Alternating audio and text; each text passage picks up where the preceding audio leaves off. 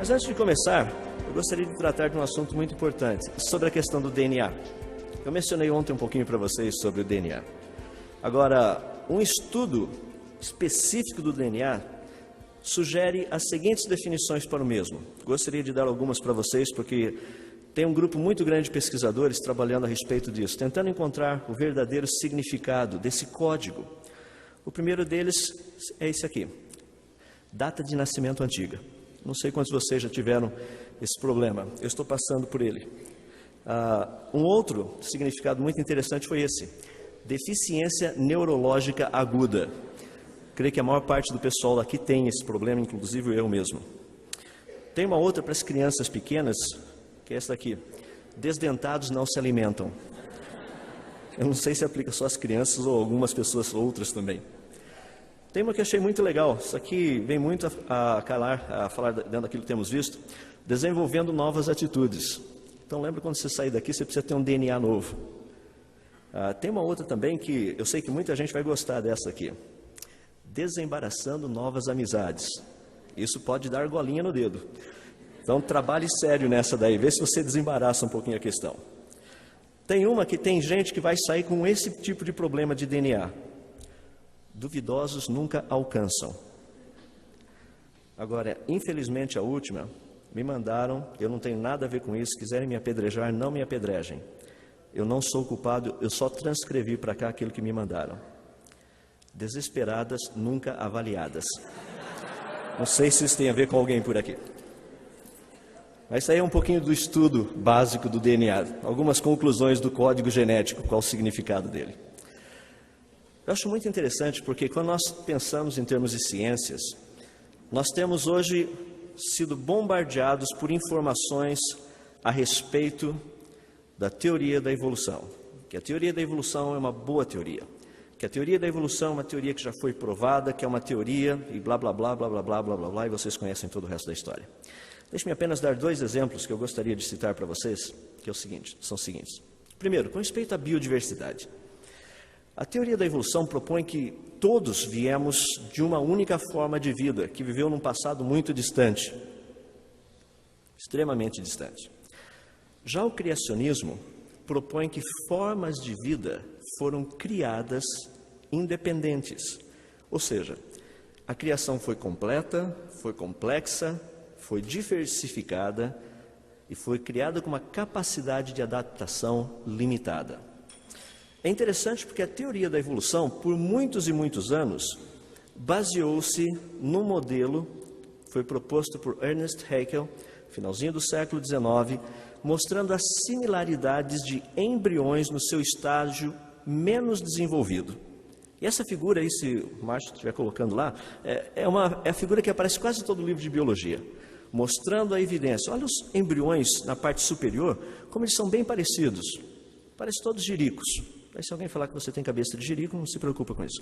É proposta evolucionista. Mas olha que interessante, isso continua sendo nos livros, saindo nos livros, quando a evidência que nós temos é essa.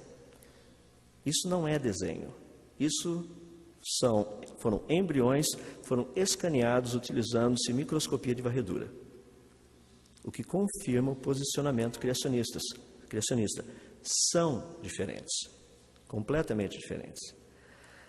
Eu acho interessante porque em áreas como paleontologia, nós sempre ouvimos falar de coisas fantásticas, que a teoria da evolução está provada e tudo mais. Na revista, praticamente, National Geographic Brasil, no finalzinho do ano passado, no ano de novembro, saiu algo muito interessante que vocês estão vendo aí. Um pesquisador é citado, Dr. Philip Gingrich, e no artigo diz que é possível nós vermos que a evolução está acontecendo. Um exemplo que ele sugere é a questão justamente que as baleias vieram dos antílopes. Eu coloquei a foto dos dois aí só para mostrar como é evidente, assim é básico isso. Eu creio que qualquer pessoa chegaria a essa conclusão. Qualquer pessoa sem cérebro chegaria a essa conclusão. Da onde veio essa ideia? O artigo nos mostra. A ideia vem da seguinte proposta.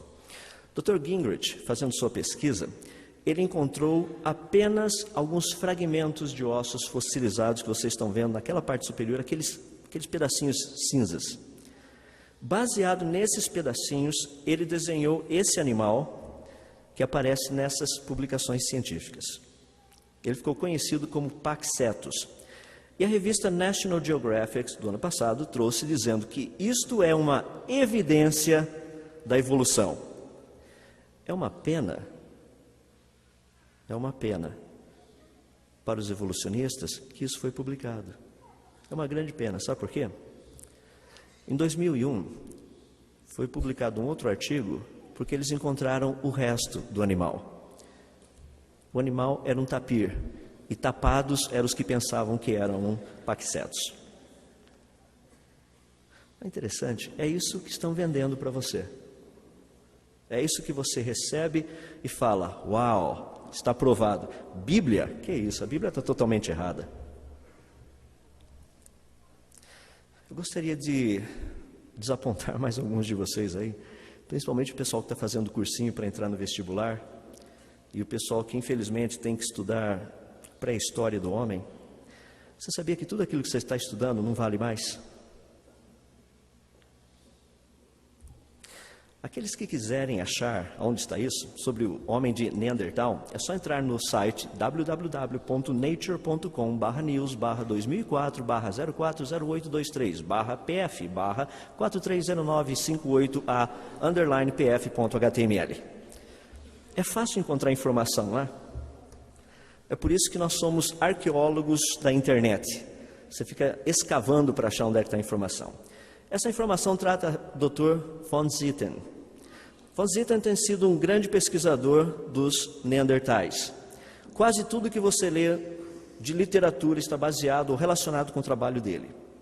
Revista Nature, 25/8/2004, publicou uma notinha pequenininha, porque o Dr. von Zitten foi exonerado do seu cargo, foi mandado embora, por uma pequena razão. Ele fabricou os dados e plagiou o trabalho dos colaboradores. Por exemplo, o crânio de Paderborn, que é um dos crânios do homem de Neandertal, um dos mais famosos conhecidos no mundo, datado por ele de 27.400 anos, datado por von Zitten. O pessoal de Oxford datou o crânio e descobriram de onde von Zitten pegou. Era de um homem que morreu em 1750. Já pensou que maravilha? 250 anos atrás tinham neandertais andando no planeta.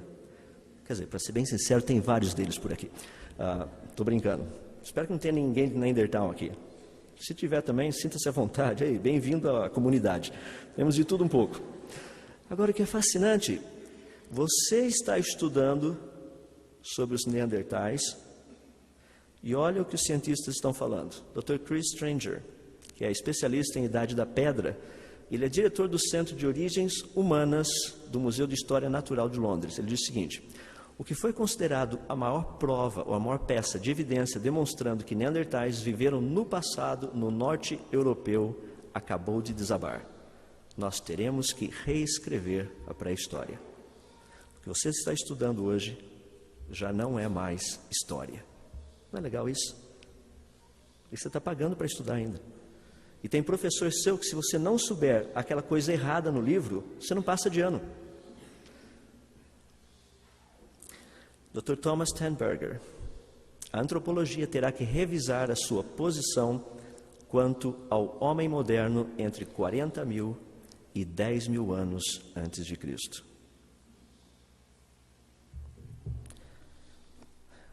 Esse livro onde eu tenho depositado a minha fé nunca precisou passar por uma revisão. Continua tão bom quanto da primeira vez que foi escrito. Não é interessante? Essa é a palavra do nosso Deus. É isso que tem sido dado de várias formas, de várias maneiras, para que nós entendamos, creiamos e venhamos a aceitá-la, sem dúvida, sem nenhuma dúvida. Mas a teoria da evolução bate muito pesado conosco, porque a parte de ciências tem um impacto grande na nossa vida. Então, deixe-me colocar algumas questões importantes com respeito à teoria da evolução. Por exemplo, na revista Veja, que saiu há cerca de um mês e algumas semanas atrás, Dr. Richard Dawkins, que é um zoólogo britânico, deu uma pequena entrevista.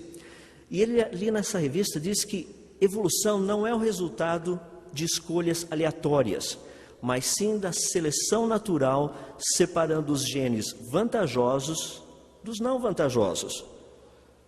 Não é fantástico isso? E como que essa dita cuja da seleção natural sabe o que é vantajoso daquilo que não é vantajoso? Sendo que a seleção natural não é uma fonte de inteligência ou de atividade mental, racional no caso, o acaso ainda permanece como a origem da suposta escolha ou das escolhas feitas pela seleção natural. Mas se quiser deixar o tempo todo agora, deixa eu mostrar algumas coisas para vocês. Portanto, as transformações que nos são dadas pela evolução deveriam ser as seguintes: aconteceriam em velocidades diferentes, sem a menor sombra de dúvidas. Alguns iriam todo o processo, outros uma parte do processo. Notem o detalhe do rabinho enrolado no galho. Também seria uma questão de temperamento. Dá para perceber, né? Esse sapinho aí. Mas uma das mais relevantes, seriam relacionados também com futebol. Essa é uma nova espécie autorizada pelos palmeirenses, só por falar nisso, tá? É um porco verde, então tá tudo do jeito que precisaria. Às vezes vocês falam assim, vocês dão risada, diz o seguinte: por que não? Por que a evolução ou a seleção natural não seguiu esse caminho? Já imaginou, por exemplo, aquelas fossem desenvolvidas por empresas de segurança? Rapaz, eu garanto para vocês que eles estariam com tudo. Agora, tem algumas também que poderiam ser personalizadas.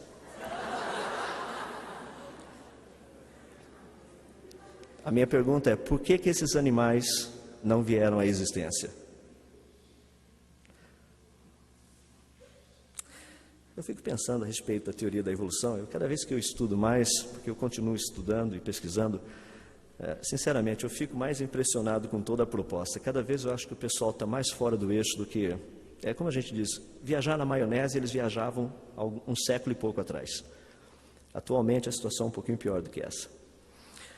Eu gostaria de propor para vocês pensarem um pouco, daí eu elaborar um pouquinho mais em alguns exemplos. Não serão muitos, mas alguns para nós podermos pensar. É que a existência de um design inteligente, ou seja, de um planejamento inteligente, implica na existência de um designer, de alguém que fez o projeto e que ele é inteligente também. Há pouco tempo atrás eu tive a oportunidade de estar no ITA, centro de estudos muito conhecido aqui no Brasil, e eu não conhecia muitas pessoas que estavam lá. Conheço poucas pessoas de lá, por assim dizer. Mas pelo tipo de projeto que se faz lá no ITA, você imagina que tem gente inteligente por lá. Eu, tenho muita dificuldade em crer, ou tinha muita dificuldade em crer, sendo que agora eu conheço alguns dos pesquisadores por lá, de crer que o ITA era literalmente rodado por macacos, por chimpanzés, como Richard Dawkins propõe no seu livro Relojoeiro Cego. Independente das possibilidades. Quando eu penso em coisas complexas, eu penso em inteligência. Por exemplo, o ônibus espacial que está para voar de novo.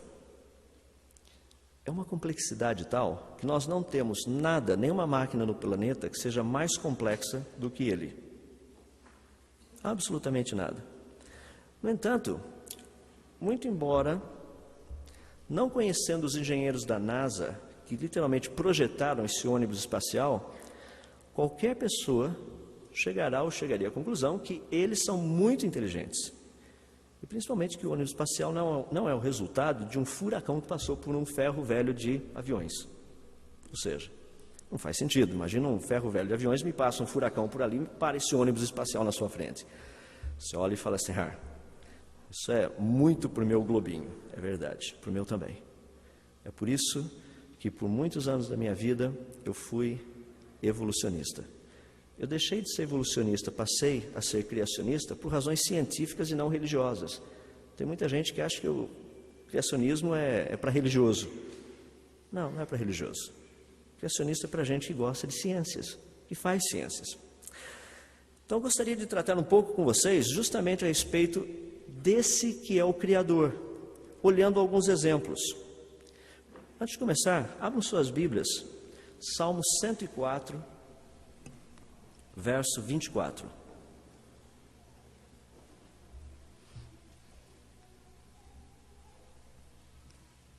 Salmo 104, verso 24, diz o seguinte: quantas são as tuas obras, Senhor? Fizeste todas elas com sabedoria. A terra está cheia de seres que criaste. Talvez a sua versão seja um pouquinho diferente. Salmo 104, verso 24 da NVI. Eu fico impressionado porque quando nós olhamos para toda essa parafernália humana, tudo aquilo que nós criamos, nós ficamos tão impressionados com isso que falamos: uau, que capacidade do ser humano! Já imaginou o que nós não conseguimos fazer? Já imaginou tudo aquilo que foi possível realizar até aqui? Antes de tratar de alguns exemplos específicos, deixe-me dar alguns outros só para você pensar. Sistema de radar que nós usamos hoje, nós aprendemos com os morcegos. Não foi original do homem, foi original de Deus. Nós aprendemos a como desenvolver um sistema de radar estudando os morcegos. Sistema de sonar que funciona na água, nós aprendemos com os golfinhos. O homem não aprendeu isso, não foi ideia original, desculpe, não foi ideia original do homem. O homem aprendeu com algo que Deus havia criado. Toda a criação de Deus, ela está cheia de exemplos de grande sabedoria, de um entendimento e de uma compreensão tal que para nós foge completamente de um contexto que eu consiga entendê-la. Eu, quando trabalho na área de ciências, começo a contemplar essas questões do que Deus criou, eu fico assim, às vezes até mesmo pasmo. Deixa-me dar alguns exemplos do porquê. Estudar alguns pequenos insetos famosos por aí. As abelhas. Eu sei que todo mundo gosta de mel de abelha, aquele negócio, ninguém gosta de picada de abelha. Eu não vou tratar também dessas questões. Eu gostaria de tratar apenas de um ponto das abelhas, que é um ponto muito interessante. A abelha é um bicho extremamente inteligente. Você sabia que não existem escolas de abelhas? A abelha não vai para a escola para receber um certificado de voo, ou seja, um brevet. A abelha, ela não faz um sistema de posicionamento GPS ou coisas parecidas, coisas que talvez muitos aqui nem saibam direito como trabalhar. Se eu der o equipamento, você olha para aquilo e fala: o que eu faço com isso? Por falar nisso, onde é o norte aqui? Vocês têm ideia? Veja onde o sol nasce. Olhando para onde o sol nasce, você vai saber. Eu sei, quase ninguém está por aqui a hora que o sol nasce. Mas durante o dia dá para perceber de que lado para que lado ele vai. Então, olhando de que lado para que lado ele vai, vendo de onde ele veio para onde ele está indo, você vai ter uma ideia mais ou menos onde fica o norte. Então, são algumas noções básicas. Sabia que a abelhinha já nasce com isso? As abelhas sabem exatamente o posicionamento delas em relação ao sol. Tanto é que na comunidade de abelhas tem vários grupos diferentes. Cada um tem uma função. Tem um grupinho de abelhas que é muito interessante na comunidade, ou seja, na colmeia, que elas têm uma função específica. Elas saem à procura de alimento. Quando elas voltam para a colmeia, todo o povinho ali, as abelhinhas ficam em volta e falam: e aí, o que foi? Como é que é? Achou? Achou? Não achou? Onde é que está? Aquele negócio todo, aquele tumulto. Então, se você olhar dentro de uma colmeia, está aquele bzzz, sabe aquele negócio, todo mundo ali em volta. E essa abelhinha que voou para lá, procurando, ela vai literalmente em direção à colmeia, ela vai ficar se movimentando num ângulo específico. Por exemplo, o que está aparecendo ali, ela faz bzzz, daí ela volta, de novo, bzzz, de novo, bzzz, daí ela pergunta: vocês pegaram ou não? Volta de novo, bzzz. Ela está, esse ângulo que ela faz indica em relação ao sol qual o ângulo que você precisa viajar para encontrar comida. Elas funcionam em relação à luz do sol. Não somente isso, ela tem uma distância que ela fica percorrendo. Ela faz bzzz, volta, bzzz, volta. A quantidade de batidas de asa e vibração e o tempo que ela faz indica qual a distância que você tem que teria que voar naquela direção até chegar onde está a comida. eu pedi para vocês, falar assim, ó, eu gostaria que você fosse, saindo daqui, a mais ou menos 30 graus noroeste, percorresse 350 metros e eu enterrei uma notinha de $150. Desculpem, uma nota de 100 e uma de 50. Sabe o que iria acontecer? Esse terreno iria ser escavado em praticamente em toda a sua área, a sua extensão. Porque muita gente não vai conseguir pegar simplesmente... Onde fica o norte? A abelha nunca foi na escola. Ela sabe onde fica o norte. E ela indica para as outras abelhas aonde ir e como fazer, como chegar lá. Pergunta: como que as abelhas desenvolveram todo esse mecanismo de comunicação? Resposta: se você acredita que foi evolução, eu desafio você a vir aqui e dar o resto da palestra.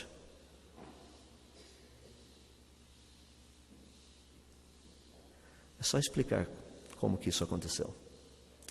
Eu fico impressionado porque é um bichinho tão simples, a gente nem dá bola, né? Sai andando por aí, está ali a abelhinha, passa a abelhinha para lá, passa a abelhinha para cá, e de vez em quando você até abana para as abelhas não te picarem. E de vez em quando você encontra uma abelhinha caída no chão. O que aconteceu? Não passou no vestibular, porque não sabia onde é que ficava. Então se perdeu em algum lugar por ali. Não, geralmente são as abelhinhas batedoras, aquelas que saem procurando alimento. As abelhas são fascinantes. Tinha muita coisa que a gente poderia falar delas aqui, daria para ficar falando uma noite toda. O sistema de construção, por exemplo, da colmeia, elas têm um sistema de controle de temperatura que é maluco para não derreter. Já imaginou? Agora está friozinho, lá na colmeia está legal, né? A cerinha não derrete, o mel está guardadinho, bonitinho. Ei, peraí, daqui a pouco tem aquele maior calorzão aí, vai chegando o verão, aquelas temperaturas de 30 e poucos graus e tudo mais. Como fazer para não derreter o mel e a cera dos pequenos lugarzinhos onde o mel se encontra? Tem um grupinho de abelhas que elas se alinham na direção correta, porque a colmeia é feita e desenhada para ter movimentação de ar. Todas elas se alinham e batem a asinha na mesma direção, fazendo simplesmente um grande corredor de vento para resfriar a colmeia. Controle de temperatura também. E a lista de coisas que as abelhas fazem, seria impressionante se a gente pudesse olhar todas elas, mostram a grandeza da sabedoria daquele que as fez. Deixa eu dar mais um outro bichinho que ninguém gosta muito. Aranha. Aranha é um problema sério, principalmente na nossa mente, né? Tem teia de aranha lá dentro, tem gente que tem problema com isso. Mas a aranha é fascinante, primeiro porque a construção da teia. Eu sei que muitos de vocês não ficaram sentados vendo como que uma aranha constrói uma teia e tudo mais, mas tem gente que é pago para fazer isso. Essa é a parte legal da ciência, aprender um pouquinho de coisa assim. Então o pessoal fica lá estudando como que funciona todo esse sistema. Algo que é muito interessante a respeito da construção da teia é que a aranha tem que localizar, achar um local apropriado para construir a teia. Imagina legal, a aranha vai lá e constrói a teia num lugar que não passa inseto nenhum. E ela fica lá, orando, né? Senhor, manda um bichinho aqui para a minha teia. É interessante que as aranhas, elas conseguem, através de pequenos testes, saber aonde tem bichinho e aonde não tem bichinho, outros insetos, para armar o sisteminha delas. E a maneira como a aranha traça o primeiro fiozinho, porque às vezes você olha assim, tem de uma árvore até a outra, você fala, caramba, como é que a aranha fez esse primeiro fiozinho? Como é que ela traçou essa teia daqui para lá?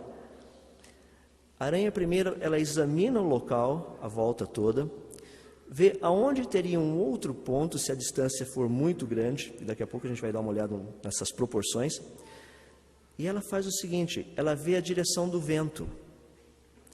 Dependendo da direção do vento, ela sabe que se ela lançar um pedacinho do fio da teia dela, vai sair daqui, que vai enroscar do outro lado lá. É tudo que ela precisa, é só um lugarzinho enroscado. Então ela se orienta pela velocidade do vento.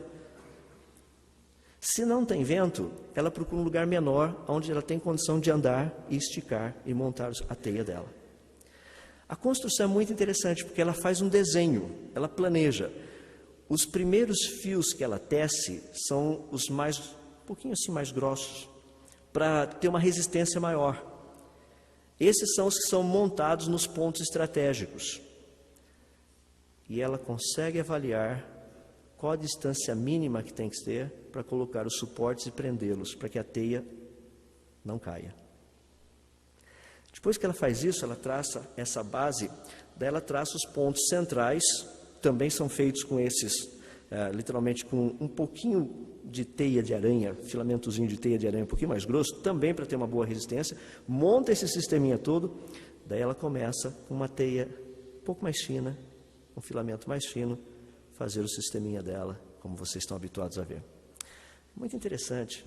Agora, só para você ter uma ideia, em termos do tamanho, se nós pudéssemos fazer uma aranha do tamanho de um ser humano, as teias de aranha teriam mais ou menos 150 metros de tamanho. Já imaginou você fazendo uma teia de 150 metros de tamanho? Pega lá o seu fiozinho e vai tecendo, tem que pregar aqui, agora tem que pregar lá do outro lado, todo esse negócio aí assim. Para você ter uma ideia, o material da teia de aranha, ele é 5 vezes, pelo menos, mais resistente do que o aço. Se você pegar praticamente o material da teia de aranha, tipo de seda, fizer um cordão de aproximadamente 30 centímetros de espessura, você teria condição de pendurar 150 carros nesse cordão. Ele não iria quebrar. Só para pesquisa de vocês, talvez vocês saibam o nome, mas eu gosto de dar algumas coisinhas para vocês pensarem. Tem sido desenvolvido um sistema hoje de coletes à prova de bala que usa exatamente o mesmo material que a aranha usa para fazer seu sisteminha de teias. Muito interessante isso. Teia de aranha. Quem já imaginou pensar em fazer teia de aranha, estudar aranha, para aprender o quê? Para fazer colete à prova de bala. Em vez de você ficar usando aquele coletão de chumbo, só um pouquinho pesado, leva um mais leve, mais light, que as aranhas fazem. Mas tem uma aranha que me fascina. Vou deixar para vocês pesquisarem o nome dela. Essa aranha é de uma engenhosidade que é de tirar realmente o fôlego da gente. Ela não faz teia de aranha. Você fala, mas aranha que não faz teia de aranha? Essa é uma aranha mais evoluída, aquela assim, sabe, que pensou um pouquinho, foi lá na casa dela, em vez de comprar um PC, comprou um Apple, assim, só para não dar pau. Então, faz uns negocinhos básicos assim, ela vai evoluindo com o passar do tempo. Estou zoando, o pessoal depois me pega, aí vão desligar daqui a pouco o vídeo, fica vendo lá. Essa aranha, ela é muito interessante porque ela faz um buraco no solo, onde ela fica dentro do buraco. Ela faz uma tampa redondinha para o buraco, feita de teia de aranha, e ela vai camuflando com terra e folhinhas exatamente iguais a que você encontra no solo. É o alçapão. E ela prende um dos lados para funcionar exatamente como um alçapão. Não somente ela faz isso, como ela também anda do lado de fora, aqui está o buraquinho dela, na redondeza aqui, ela vai e estica uns fiozinhos bem fininhos de teia de aranha, aquele fiozinho fininho, quase invisível. Põe um aqui, vem até aqui dentro. Outro ali, põe lá dentro. Outro, põe ali dentro. Outro, põe ali dentro. Outro, põe ali dentro. Então você tem esses fiozinhos, fica um tipo de uma malha no chão. Só que ela trabalha com camuflagem também, ela não deixa o fiozinho ficar visível. Porque ela está lá dentro do seu buraquinho e de repente um fiozinho mexe. Tem alguém andando lá fora. De repente ela, te acordei agora, hein? É só para você não dormir. É isso que acontece com a teia de aranha. Ela vai lá e pega você. Cuidado com a aranha. Ninguém sofre do coração aqui, né? Que se for eu não faço de novo. Tem gente aí, tá? Legal. É um bichinho simples, mas de uma criatividade impressionante. Quando eu penso num animal como esse, minha pergunta é: aranha nunca foi em universidade para aprender como fazer armadilha e como fazer camuflagem. Aranha nunca foi na universidade para aprender a fazer cálculo estrutural. Nunca trabalhou com química. como é que a aranha chegou ao ponto de achar legal fazer teia de aranha? O que apareceu primeiro? A teia ou a aranha? A necessidade de fazer teia ou coisa desse jeito? Tinha uma aranhazinha passeando, de repente ela viu um negócio e falou, ideia brilhante, vou até patentear, porque as outras aranhas vão querer fazer também, elas podem me pagar direitos autorais, daí a gente... Da onde veio o conhecimento para fazer isso? Daquele que fez todas as coisas com sabedoria. Deixa eu me dar mais alguns exemplos para vocês, apenas 2. Deixo vocês pensando a respeito das muitas coisas por aí. Os vagalumes. Eu não sei quanta gente gosta de vagalume. Eu acho super legal esses bichinhos. Quando eu era garoto, nossa, perto da minha casa, assim, época de verão, tinham toneladas deles. Então eu ficava igual bobo, né, correndo atrás dos vagalumes lá. Ainda bem que eu não era o único, tem outros. Eu era bobo naquela época. Hoje eu corro atrás de outras coisinhas brilhantes por aí. Átomos, coisas desse jeito. Mas era fascinante correr atrás desses bichinhos. Uma das coisas que eu sempre ficava assim encucado é como que funciona a luzinha do dito cujo. Porque lá em casa eu vi meu pai trocando a lâmpada e tudo mais. Um dia eu peguei um, fiquei lá olhando, coloquei, achei um tipo de uma dessas lupas assim do meu avô. Então eu ficava olhando lá, querendo saber onde é que trocava a lâmpada do dito cujo do bichinho, né? Porque nunca queima, está sempre funcionando, sempre funcionando, sempre funcionando. E é um negócio muito interessante, a luzinha do vagalume. Primeiro, ela é feita não pelos sistemas tradicionais que nós conhecemos de luz. Luz incandescente, luz fluorescente, luz com os vários vapores que a gente tem por aí. Não, ela é um pouquinho diferente. É uma luzinha química. Ela usa 2 elementos, ou 2 substâncias químicas, a luciferina e a luciferase. Quando essas duas juntam, tchuc, tem luzinha. O que é fascinante a respeito disso, que essas lâmpadas incandescentes que vocês estão vendo, essas aqui, elas usam 10% de toda a eletricidade que elas estão consumindo para produzir luz. 90% é jogado fora, é para produzir calor. Pronto, agora vai ficar todas as luzes acesas hoje à noite só para esquentar os quartos. Não vai resolver muito não, tá? Mas 90% de toda a energia que uma luz incandescente utiliza, simplesmente é jogada fora. Não serve para nada. Luz fluorescente, as melhores delas hoje em dia estão na faixa de mais ou menos uns 30%. Ou seja, de toda a energia que a luz utiliza, 30%, que a lâmpada utiliza, 30% para produzir luz. Você sabia que o vagalume usa 100% da energia? Caso contrário, cada vez que ele acendesse a luzinha, psiu, queimou o vagalume. Imagina que legal? Tostadinho toda hora. O que é interessante a respeito disso é que não somente a utilização é 100%, como a parte interna, onde você tem essa área da luzinha do vagalume, ela é refletiva. Já vem com um refletorzinho de fundo também. Que mecanismo impressionante. Mas, afinal de contas, para que o vagalume usa a luzinha dele? Aí é que eu tchando a coisa. Para fazer aquele negocinho interessante, conseguir uma esposa, conseguir um marido, é justamente para isso que ele usa a luzinha. E a luzinha dele funciona exatamente como um sisteminha de código Morse. Sabe aqueles antigos, aquele negocinho? Ele faz a mesma coisa, só com a luzinha. E ele emite um sinal personalizado.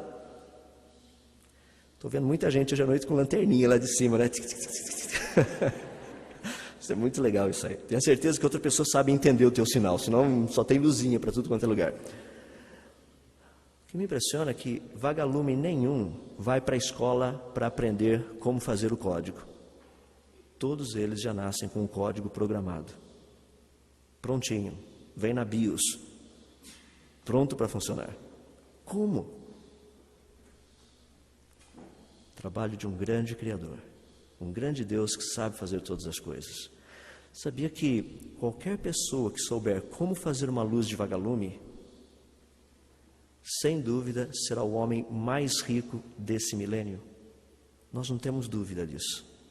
É só uma questão de você saber como fazer. Porque a tecnologia que o vagalume tem, nós não temos. Eu acho impressionante ver as coisas que Deus faz, porque isso assim dá aquela sensação, uau, como é bom ter um pai desse jeito, né? Um pai que realmente é crânio, é um gênio, não é Deus. é um grande Deus. Eu estou dizendo isso, eu gosto de dar esses exemplos, porque muitas vezes nós temos, assim, uma impressão que, coitadinho, né? Deus só entende de dízimo. Lá na igreja já viu, né? Tem que dar o dízimo. Eu acho que Deus entende de dízimo, de corinho, equipamento de som que não funciona, daí os irmãos pedem para orar, para voltar a funcionar, coisas desse jeito. Meus irmãos, o nosso Deus é um Deus que sabe todas as coisas. Ele fez todas essas coisas com grande sabedoria, muita sabedoria. Deixe-me dar um último exemplo para que vocês possam pensar. Existe um pássaro pequenininho chamado Golden Plover. O nome técnico dele é Pluvialis dominica fulva. Bichinho muito interessante ele. Faz parte daquele grupinho de aves migratórias. Ele é muito interessante porque a rota dele de migração é simplesmente do Alasca até o Havaí. Já viu? É um pássaro assim de alto padrão, ele tira férias no Havaí, afinal de contas, não é para qualquer lugar que ele vai. Agora, tem um pequeno probleminha, é que do Alasca até o Havaí são aproximadamente 4.000 quilômetros. Nesses 4.000 quilômetros, esse passarinho praticamente vai voar 88 horas em cima do Oceano Pacífico, com ventos laterais, ventos frontais, ventos de cauda, e ele não perde a rota. Ele vai bater as suas asinhas pelo menos 250.000 vezes. Gostaria de convidá-lo a fazer um pouquinho de uns exercícios assim, sabe aquelas flexõezinhas legais que a gente faz? Faz 250.000 só para sentir o que a galerinha lá. Agora, o que fascina esse bichinho é o seguinte: primeiro, como que ele sai do Alasca e chega no Havaí? Primeiro, quem contou que tem o Havaí para eles? Como é que eles sabem que se viajarem 4.000 quilômetros nessa direção, eles vão chegar no Havaí? Esses bichinhos têm o sistema de GPS mais complexo que nós conhecemos até hoje. Nós não temos um sistema de GPS tão perfeito, tão preciso como que esses bichinhos têm. Imagina você voando, de repente o vento vai batendo, você tem que acertar sua rota de novo. Se tem vento lateral, você tem que voar para cá. Se o vento é frontal, você faz os seus mergulhos para poder aproveitar um pouquinho melhor o sistema. Tudo isso esse bichinho planeja. Agora, olha o tchan da coisa. Que combustível ele usa? Aquilo que muita gente quer eliminar: gordura. Gordura é o combustível dele. O peso inicial desses pequenos pássaros é de aproximadamente uns 200 gramas. Ele é pequenininho, tá? Só que 70 gramas desse peso original dele é gordura. É o que ele usa para poder voar. Esse é o tchan dele. O lance é que os estudos feitos mostram que ele gasta, em média, 1,2 gramas de gordura por hora de voo. Bom, o cálculo não é tão simples, não faz regra de 3 porque não funciona, tá? Porque o sistema é assim: à medida que ele gasta o peso dele, ele está ficando mais leve, então ele gasta menos. O cálculo não é tão simples quanto vocês pensam. Vai fazer regrinha de 3 e falar, deu certo, não, vai dar tudo diferente do que eu estou colocando aí. Por quê? À medida que ele vai voando, ele vai ficando mais leve, ele vai perdendo o peso dele, ele gasta menos combustível. Então, quando você faz o cálculo, a média que esse pássaro deveria gastar de peso para percorrer os 4.000 quilômetros seria de aproximadamente 82,2 gramas. O problema é que o peso mínimo desse passarinho, para ele sobreviver, é de 130 gramas. Bom, o problema é que se ele gasta aquela quantidade por hora, e ele gasta aproximadamente 82,2 para percorrer a distância toda, ele iria chegar lá no final da viagem com 117,8 gramas. Ou seja, ele ia morrer pelo menos 800 quilômetros antes de chegar no Havaí. Mas eles chegam no Havaí. E quando eles chegam, o pessoal sai pesando esses bichinhos, eles têm aproximadamente 130 a 132, 134 gramas. Isso chamou muita atenção do povo. O povo, assim, dos pesquisadores. Como é que pode esse bichinho fazer uma coisa dessa? Daí eles pegaram e começaram a estudar o grupinho todo. A maneira que esses pássaros voam é naquela formação em V, um tipo de um delta. Você já viu de vez em quando passa aquele grupão, acho que caiu alguém por aí, por favor, pede para acordar. Você vê quando passa aquele grupinho de patos voando, numa formação em V, percebe que é uma gritaria danada que eles fazem, né? É porque o pessoal que está lá atrás grita para o cara que está da frente, vai, vai, vai, fica aquela torcida lá, vai. É para não desanimar, senão ele fica cansado, desanima. É por aí mais ou menos o negócio, é a gritaria toda. Mas o que é interessante é que nessa formação em V, algumas coisas interessantíssimas acontecem. Primeiro, é que você tem uma economia de aproximadamente 23% de combustível. Como? Eles estão voando em V, então tem o carinha aqui na frente que é o que está batendo as asinhas dele. Os que vêm atrás, eles estão indo no vácuo. Então eles estão gastando menos combustível, porque eles estão no vácuo. Os que vêm atrás estão gastando menos ainda, porque estão no vácuo do primeiro e dos dois que estão atrás, na frente dele. E assim a coisa vai até os últimos. O último lá está praticamente de barriguinha para cima, vem batendo asinha meio de lado, assim, todo tranquilo, está só no vácuo da garotada. A questão que é interessante é que depois de um certo tempo, esse que está lá na frente, ele sai e vai lá atrás. Um outro toma a frente. E eles vão se revezando o tempo todo. Quando eles fazem isso, eles conseguem economizar os 23% a 25% necessário para percorrer a distância inteirinha do Alasca até o Havaí. Quem os ensinou a voar em formação V ou delta? Não é impressionante? Para você ter uma ideia, a questão de consumo comparado, a gente pega o peso em função da porcentagem, ou seja, porcentagem do peso em função do consumo por hora. Para ter uma ideia, o Golden Plover é de aproximadamente 0,6% em função do peso dele. Um jato comercial é de aproximadamente 12%. Um helicóptero, na melhor das possibilidades, te dá 5%. Eu fico impressionado porque quando eu olho para tudo isso, eu vejo um grande Criador. Tem muitos outros animais que a gente poderia tratar. Já viram uma lagartixa pendurada no teto? Ela não cai. O sistema dela não é um sistema molecular para ficar preso, é um sistema atômico, que nós não temos ainda. Estamos estudando para aprender como fazer um parecido. O que a gente tem é fita crepe, esses negócios assim, que não funciona muito bem. O da lagartixinha não é fita crepe nem durex. Gruda em qualquer lugar e fica. E se você olhar uma lagartixinha e falar assim, vai cair, a lagartixinha pode ficar com uma mãozinha só e fazer exercício ainda. Não cai. A lagartixinha consegue segurar pelo menos 13 vezes o peso dela, quando ela está grudadinha em qualquer lugar. 13. Nós poderíamos falar de muitos outros animais. Estava pouco tempo atrás conversando com um grupo, estava falando, mas vê, por exemplo, o pelicano. Já viu um pelicano pousar? Nossa, é um desastre. Falou assim, quem fez o pelicano deve ser um mau projetista. Fiz a seguinte pergunta, você já viu um pelicano com band-aid? Eles não se machucam. O projeto foi bem feito. Está aí uma maneira de pousar sem classe e sem machucar-se também. Pessoal, tem muita coisa que a gente poderia falar. Mas eu gostaria de, com esses pequenos exemplos, vocês pudessem pensar um pouquinho a respeito do Criador que fez você, que me fez.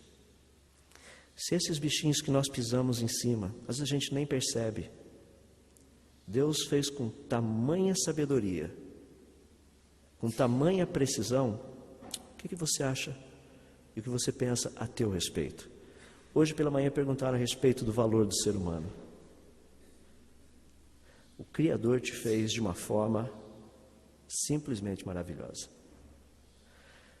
Agora eu gostaria que vocês ficassem admirados com o Criador. Todas essas coisas são parte da sua criação. O Criador é aquele que deve receber da nossa parte toda a honra, toda a glória, todo o louvor. Só lamento que na Igreja de Cristo, Senhor Jesus, poucas pessoas têm se interessado em estudar um pouquinho daquilo que o Criador criou. Gostaria de desafiá-los a partir para as áreas de ciências, aqueles que ainda não foram. Vai conhecer um pouquinho daquilo que Deus fez. Vai se alegrar. Mas meus professores são evolucionistas. Não se preocupa. Tenha sua fé bem estabelecida na palavra do nosso Deus. Mas vão me ensinar um monte de bobageira. O que Paulo falou? Ouve todas as coisas, retém o que é bom. Você não precisa guardar tudo. Só para a prova. Pode colocar naquela memória curtinha, sabe o que é aquela que você terminou a prova, você já não lembra mais nada. Vai em frente, vai aprendendo. Deus nos chama para isso. E é isso que eu gostaria de desafiá-los.